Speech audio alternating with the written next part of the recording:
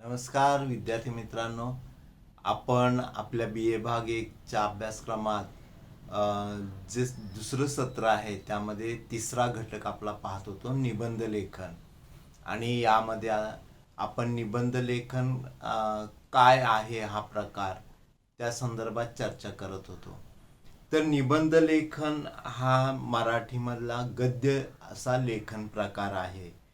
आपण पाहतो की मराठीत कथा, कविता, कादंबरी, नाटक, चरित्र, आत्मचरित्र, अ, तर यातला कविता हा पद्य प्रकार आहे. पण कथा, कादंबरी, नाटक, चरित्र, आत्मचरित्र हे गद्य असं लेखन प्रकार आहेत. पण निबंधात विषयाला प्राधान्य असते. कथा कादंबरीत कथानकाला महत्व असतं. म्हणजे कथानक काय आहे ते तिथे अभिप्रेत असतं. आणि निबंधामध्ये विषय काय आहे तो महत्वाचा असतो. निबंधाच्या विषयाला कोणत्याही प्रकारचं म्हणजे मापदंड असत नाही. सामान्यातली सामान्य घटना देखील निबंधाचा विषय होऊ शकते. म्हणजे निबंधाला विषयाचं बंधन असत नाही. अमुक एक विषयावरच निबंध लिहिता येतो, अमुक एका विषयावर निबंध लिहिताच येणार नाही असं नाही. सामान्यातलं सामान्य अशी एखादी घटना निबंधाचा विषय होऊ शकते. म्हणजे निबंधाला विषयाचं बंधन नाही. मुळात तिथे आपण शब्दांनी आशय बांधत असतो. निबंधाला शब्द मर्यादेचे सुद्धा बंधन असत नाही. निबंध किती लिहावा, किती शब्दांचा लिहावा यालाही बंधन असत नाही. पण साधारणपणे 500 पासून 1000 शब्दांची मर्यादा, काही ज्या निबंध लेखनाच्या स्पर्धा होतात विशेष राज्यस्तरीय राष्ट्रीय पातळीवरच्या, त्यावेळेला मात्र त्या निबंधासाठी कधी 2000 कधी 3000 शब्दांची मर्यादा टाकलेली दिसते. त्या आयोजक जे आहेत ते शब्द मर्यादा ज्याला स्पर्धा होते निबंध लेखनाची त्यावेळेला तिथे ते आयोजक ती मर्यादा निश्चित करतात. पण अशी काही मर्यादा निबंधाला असत नाही. कारण तुम्हाला जो विषय मांडायचा आहे, जो विचार मांडायचा आहे, तो विचार मांडून तिथे संपला की तिथे निबंध पण संपतो. त्यामुळं तिथे विषयाचं बंधन नसतं, शब्दांचं बंधन नसतं. मुख्य विषयाला अनुसरून तुम्ही जी विचारांची क्रमबद्ध मांडणी करता त्याला महत्व आहे. तुम्ही काय मांडताय, 2-3 म्हणजे निबंध काही वेळेला विद्यार्थी किती पानं लिहिली मी निबंधाचे ते मी 4 पानं लिहिली, 5 पानं लिहिली. पण त्या पानांमध्ये लिखाणात तुमच्या जर निरर्थक भरणा असेल विषयाचा तर काय अर्थ आहे त्याला. तुम्ही कमी लिहा पण त्यात नेमकेपणानं आणि विचारानं लिहा. जे विचार मांडलाय तो योग्य पद्धतीने तिथे आलाय का हे पाहणं गरजेचं असतं. त्यामुळे निबंधात विषयाला अनुसरून जी विचारांची मांडणी आपण करतो त्याला महत्व आहे. तर निबंध का लिहिला जातो, निबंध लेखनच का परीक्षेत प्रश्न असतो, या सारख्या गोष्टीत एक गोष्ट महत्वाची आहे की त्यामधनं जो लिहिणारा आहे त्याचे विचार, त्याचं व्यक्तिमत्व प्रकट होत असतं. कारण ठराविक आपण ज्याला गद्य पद्य लेखनाचे प्रश्न सोडवतो, म्हणजे ठराविक धडा असतो किंवा कविता असते आणि त्यावरचा प्रश्न सोडवतो, त्याला एक चाकोरीबद्धता येते. आपल्याला तिथं त्या कवीनं त्या कवितेत काय म्हटलंय, त्या कथेत त्या लेखकानं काय मांडलंय या एवढंच आपल्याला तिथे पाहावं लागतं. पण निबंध लेखनामध्ये जो विषय आहे तो विषय समोर धरून आपण ज्याला तिथे मांडणी करायला लागतो त्यावेळेला न कळत आपण आपले विचार, आपल्या कल्पना तिथे अभिव्यक्त करत असतो आणि त्यातनं आपलं व्यक्तिमत्व, आपली वैचारिक पातळी ती सुद्धा दिसत असते. त्यामुळं निबंध लेखनाला महत्व येतं. आता आपण बऱ्याचशा वेळेला चर्चा करतो, बोलतो, म्हणजे हे सगळं काय आहे, मौखिक. आपली मौखिक परीक्षा पण होते, तोंडी आपण तिला म्हणतो.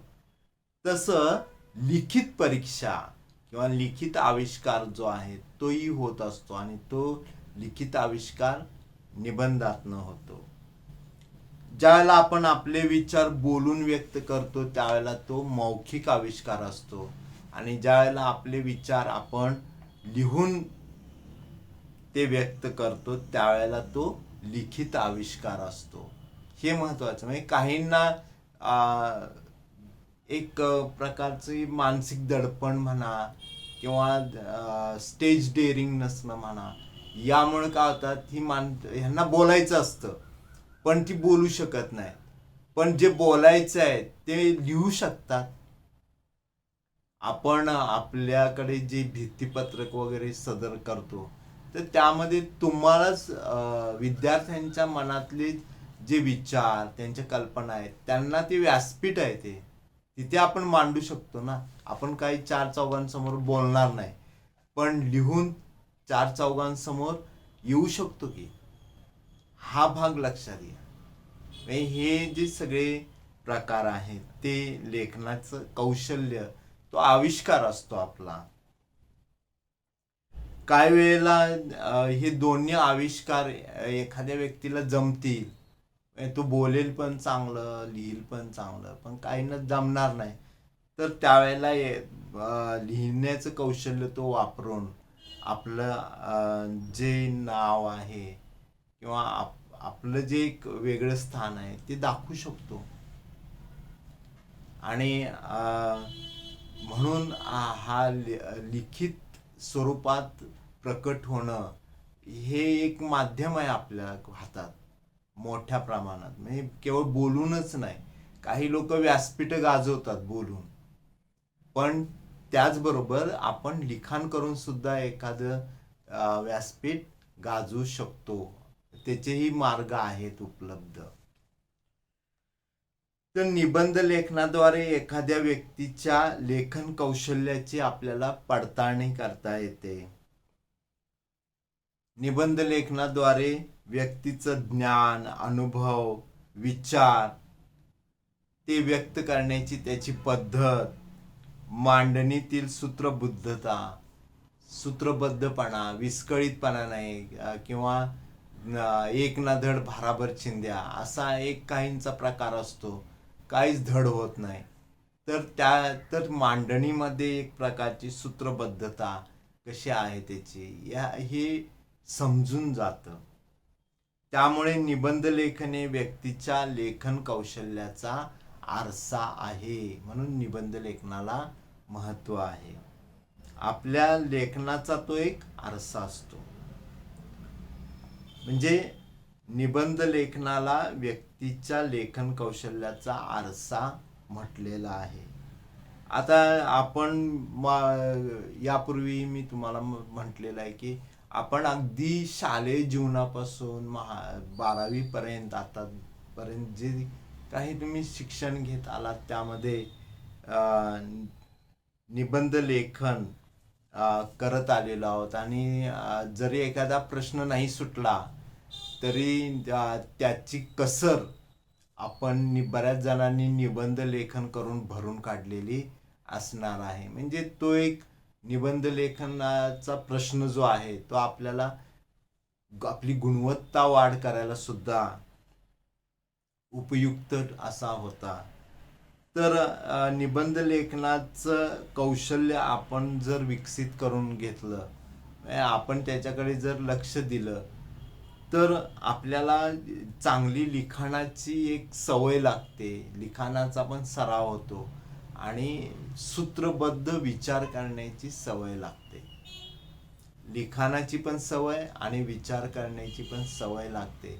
लिखाण केल्यानं आपल्याला मांडणीचा सराव तिथे होताना दिसतो. तर मित्रांनो, असं हे निबंध लेखन जे आहे ते आपल्या जीवनाचाही भाग बनतं. निबंध लेखनाची जी चतुसूत्रे आहे तीही लक्षात ठेवा.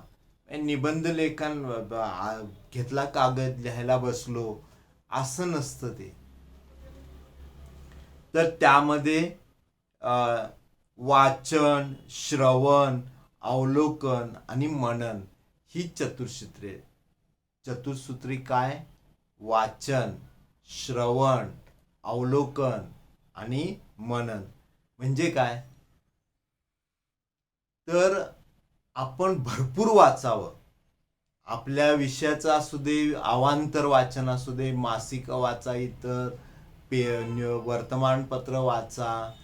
श्रवण, ऐकणं, आपण रेडिओ ऐका, त्यावरची गाणी ऐका, बातम्या ऐका, माहितीपर जे कार्यक्रम आहेत ते ऐका.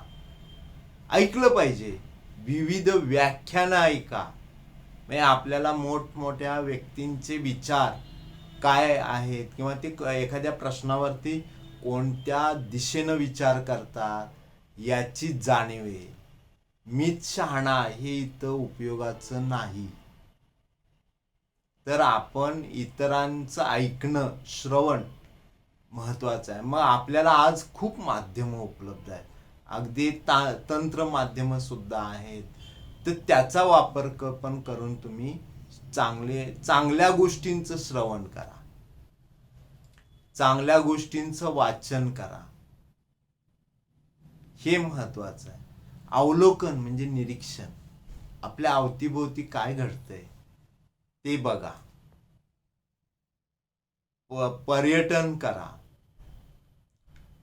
वेगवेगळ्या भागाला भेटी द्या. त्यामुळं मग आपण जे जीवन पाहतोय त्याच्या पलीकडे जे माणसाचं जीवन आहे, जगणं आहे, ते कसं आहे याचं ज्ञान आपल्याला होईल. म्हणून अवलोकन, सूक्ष्म निरीक्षण पाहिजे. साहित्यिक किंवा लेखक मंडळी जे लिहितात ते आपल्याला का भावतं? तर त्याचं ते अवलोकन असतं. ते सूक्ष्म निरीक्षण करून त्याची बरोबर मांडणी तो करत असतो. आपणही ते पाहत असतो. साहित्यिक लिहितोय ते काही वेगळं जग नसतं, आपल्या अवतीभोवतीच जग असतं ते. पण आपण डोळसपणे ते पाहत नाही, त्याचं अवलोकन करत नाही, म्हणून आपल्याला ते मांडता येत नाही. आणि हेच महत्वाचं आहे. स्पर्धा परीक्षेतली जी निबंध आहेत तिथं तुमचं अवलोकन काय, समाजाचं, तुमचं जीवनाकडे पाहण्याचा दृष्टिकोन काय. तुम्ही ग्रामीण भागातनं येता, तर ग्रामीण भागातनं येताना ग्रामीण भागातले प्रश्न काय आहेत? आज खेडं बदलतंय, ते बदलत्या खेड्याचे प्रश्न काय आहेत? खरंच ते खेडं बदललेलं चांगलं आहे का वाईट आहे, हे पण आपल्याला तपासता आलं पाहिजे. त्याचं अवलोकन पाहिजे. कितीतरी मुद्दे, प्रश्नात प्रश्न असे निघतात मित्रांनो. आणि म्हणून मग इथे आपल्याला जरी परीक्षेच्या अनुषंगानं विषय घटक असला तरी त्या संदर्भाने डोक्यात घ्यायचा नाही. आपल्याला बाहेरच्या जगात, स्पर्धात्मक जगात जाताना मी निबंध कसा लिहीन त्यावरती आपण विचार मंथन करतोय. म्हणून मी ही चतुसूत्री सांगितली: वाचन, श्रवण, अवलोकन आणि चौथं आहे ते मनन. म्हणजे ह्या कानानं ऐकलं, ह्या कानानं सोडून दिलं असं उपयोगाचं नाही. किंवा वाचन केलं विसरून गेलो आपण, हे पण उपयोगाचं नाही. ते वाचन करताना तुम्ही मुद्दे काढा. एखादं त्यात आलेलं कोटेशन, एखादं काही वाक्य असते, रचना असे असते, एखादी शब्द रचना अशी असते की ती आपल्याला भेदून जाते.